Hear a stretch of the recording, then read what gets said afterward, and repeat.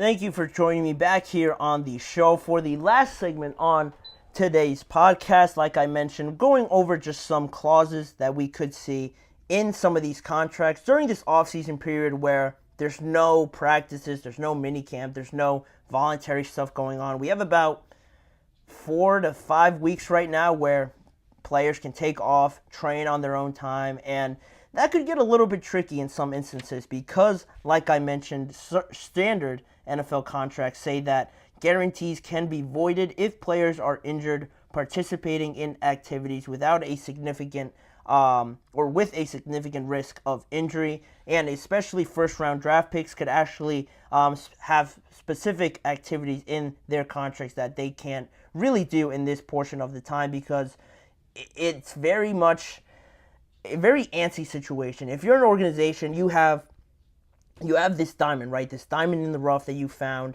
in the first round. Say a player drops. Say the Eagles, Quinyon Mitchell. He drops to them at 20. You don't want anybody looking at him funny. You don't want him doing anything dangerous in the offseason. You want to make sure he gets through training camp, through everything, and that he's able to play for you in the regular season. That's how serious some of these things get. Even though it might not seem like these players are really doing anything that harmful to them, it still can lead to some very odd situations where some players have gotten hurt doing the craziest of things that you wouldn't even imagine. One instance that I read about was Steve Smith, the former wide receiver for the Baltimore Ravens and the Carolina Panthers. He actually broke his forearm back in 2010 playing flag football. How he did that, I have no idea. How do you break your arm playing flag football? That is beyond me, but it did happen back in 2010.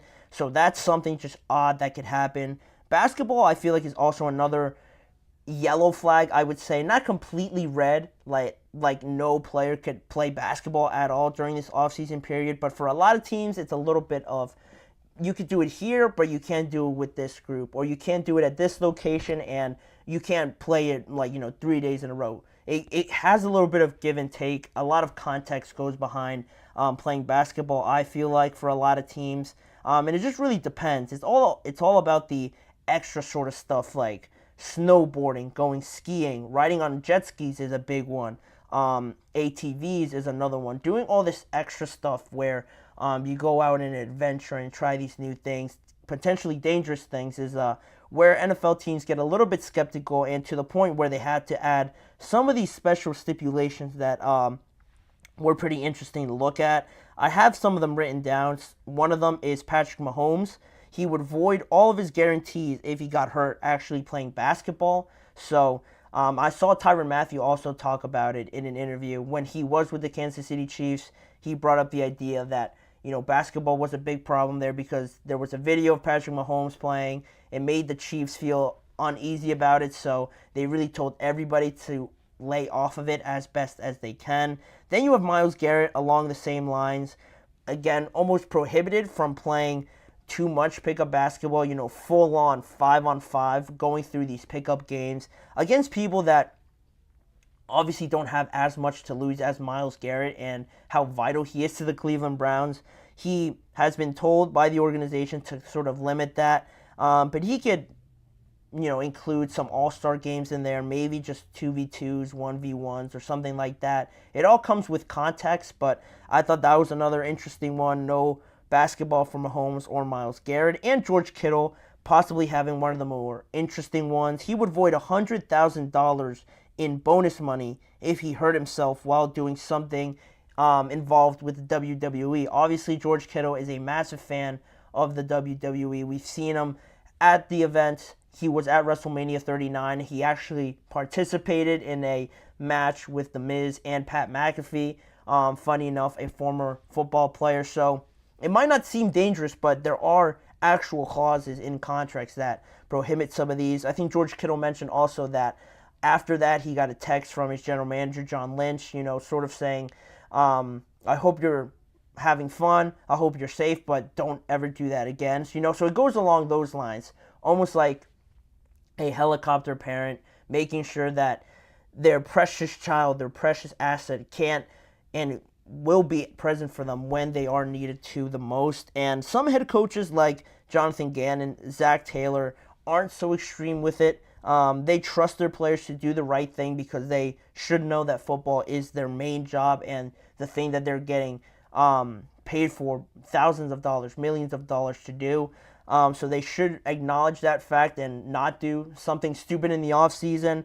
While other coaches, actually like assistant head coach for the Atlanta Falcons, Jerry Gray, actually encourages his secondary players to go out and play basketball because he claims it helps with playing in the backfield and helps with covering players, orientating yourself in a defensive scheme in basketball. It was pretty odd and not really convincing. I don't really buy what he's selling, but he's just one example of how different these coaches really approach the offseason and doing some of these things. But you have others like Andy Reid making sure that his most valuable players don't do anything dumb. And it is interesting because we are in that period right now where we have a lot of free time, or I shouldn't say we, the players have a lot of free time where they can go out, try different things, and yeah, maybe it doesn't seem dangerous in the moment, but it really is something that not only a lot of people think about. There was an instance where Andrew Luck, he admitted that 2 years after the fact that in a snowboarding or a skiing event that he went to, a vacation that he went on, he actually hurt his throwing shoulder in that.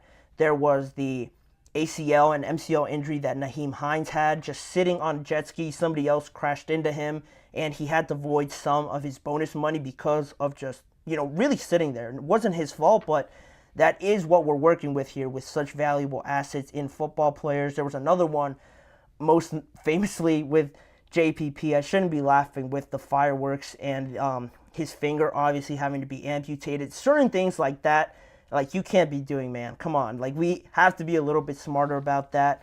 And it is funny now heading into this day and age where a lot of people are playing a lot more video games. And I'm sure that coaches would love that if everybody would just stay inside, play Call of Duty all day, play Madden all day, and not have any risk of injuring themselves. But that's not the reality. Some of these players are pretty active in their off time and like to get out there and do other things. So hopefully nobody gets hurt. We want to see everybody healthy for training camp and the regular season. But we're going to see how everybody heads into training camp. Hopefully, fingers crossed, 100% healthy, especially if you guys are fans of any team out there. Hopefully none of your players are doing anything dumb in this free time. But with that being said, I will wrap up this segment and we'll wrap up the show on this segment. I want to thank you guys for tuning into today's show. And please remember to like, follow, and subscribe to the GSMC Chip Shot Football Podcast. Make sure to also follow us on Facebook, Instagram, X, and TikTok for more of the network's content. And if you want to see more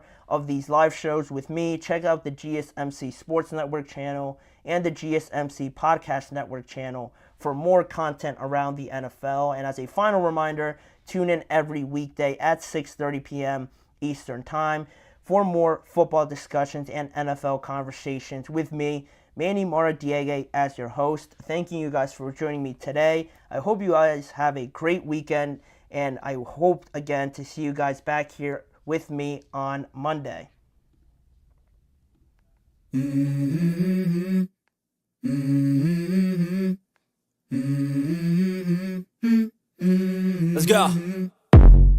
I wake up to a little bit of drool on my pillow, feel like it's gonna be a bad day. Yeah, I'm tired of shit, and the coffee ain't hit yet, damn, ain't that great.